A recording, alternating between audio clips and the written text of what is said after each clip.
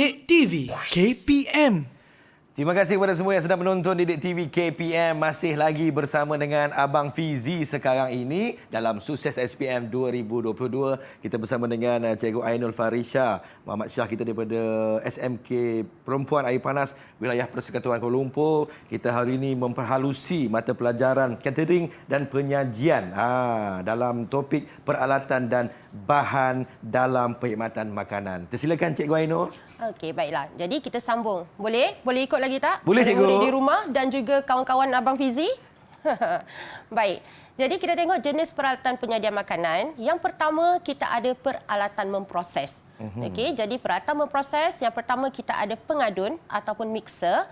Kemudian kita ada pengisar dan kita ada pemproses makanan. Okey, baik. Satu fungsi pengadun. Kosalia? Silakan. Mengadukan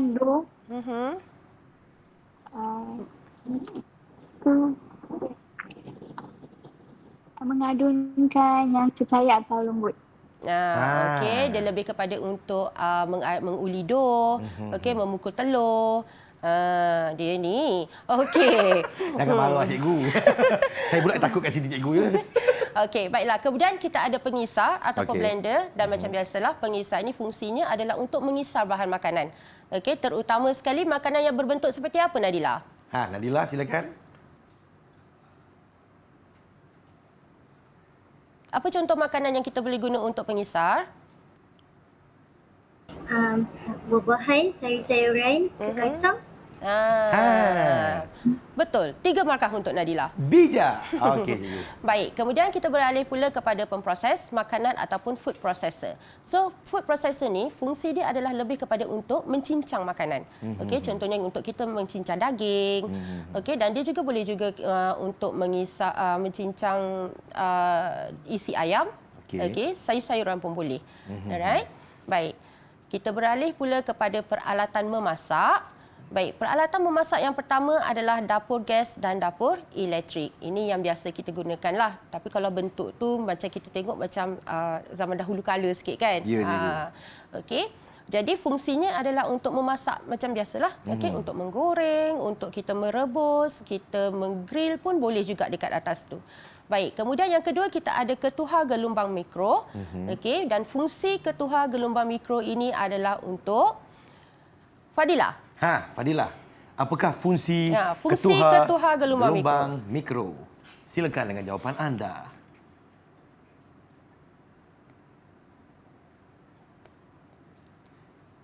Fadila, kalau boleh jangan mute ya.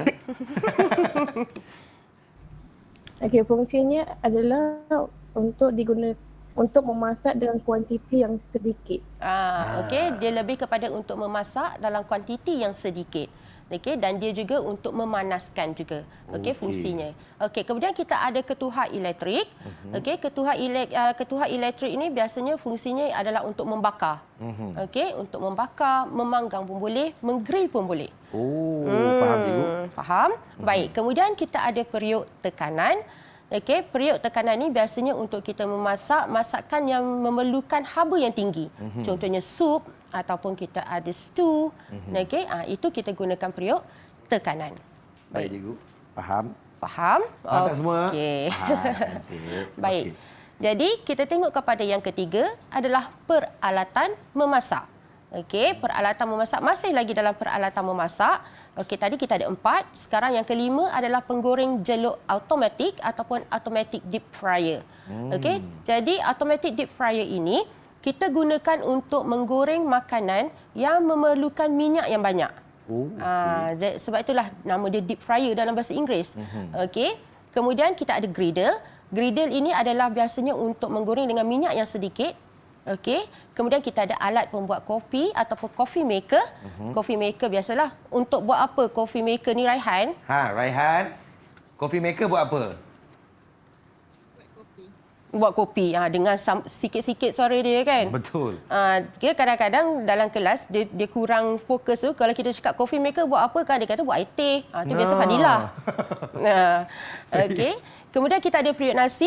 Macam semua orang tahu periuk nasi adalah untuk kita masak nasi. Tapi kalau sekarang ni dah zaman moden, periuk nasi ada pelbagai fungsi. Betul, kan? cikgu. Okey. Kemudian kita ada peralatan holding. Okey, di mana peralatan holding ini kita gunakan untuk mengekalkan suhu makanan yang telah dimasak sebenarnya. Okey, contohnya bain-marie. Okey, untuk kita menghidang makanan. Dan satu fungsinya adalah untuk mengekalkan kepanasan suhu makanan itu sendiri. Okey, kemudian kita ada hot and cold cabinet. Sama juga fungsi dia. Hot cabinet digunakan untuk mengekalkan suhu makanan yang panas. Manakala cold cabinet digunakan untuk mengekalkan suhu makanan yang sejuk. Macam kek. Iya, macam kek, pastry. Pastry kita guna hot lah. Okey. Kemudian chafing dish ini lebih kepada untuk kita menghidang makanan untuk kuantiti yang banyak dan biasanya dalam majlis keraian. Ya, cikgu. Okey, so kita ada dua jenis chafing dish lah dekat situ. Okey, ada satu yang bulat ataupun yang besar 4 segi itu. Okey, baik. Kemudian kita ada peralatan penyejukan. Okey, peralatan penyejukan ini yang pertama kita ada peti sejuk, yang mana semua orang tahulah sebenarnya peralatan penyejukan ini untuk kita simpan makanan yang perlu disejuk bekukan supaya ia tahan lama.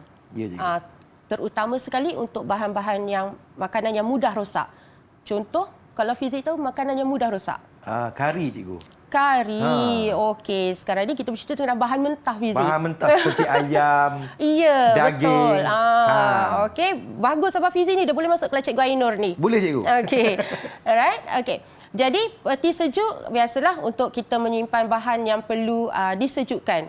Okey, dan dia ada dua bahagian lah, di mana yang satu tu kita panggil chiller untuk penyejukan saja, yang atas tu untuk freezer beku. Beku. Okey, kemudian kita ada peti sejuk beku ataupun freezer memang khas untuk membekukan sahaja. Okey. Dan yang ketiga pula, kita ada pendingin ataupun chiller. Fungsi chiller adalah apa, Kosalia? Kosalia, apakah fungsi chiller? Silakan dengan jawapan anda. Simpan makanan supaya boleh tahan lama.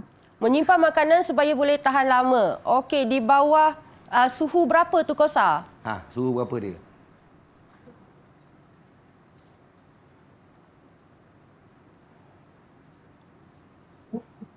2 darjah Celsius sampai 7. 2 darjah Celsius sampai 7.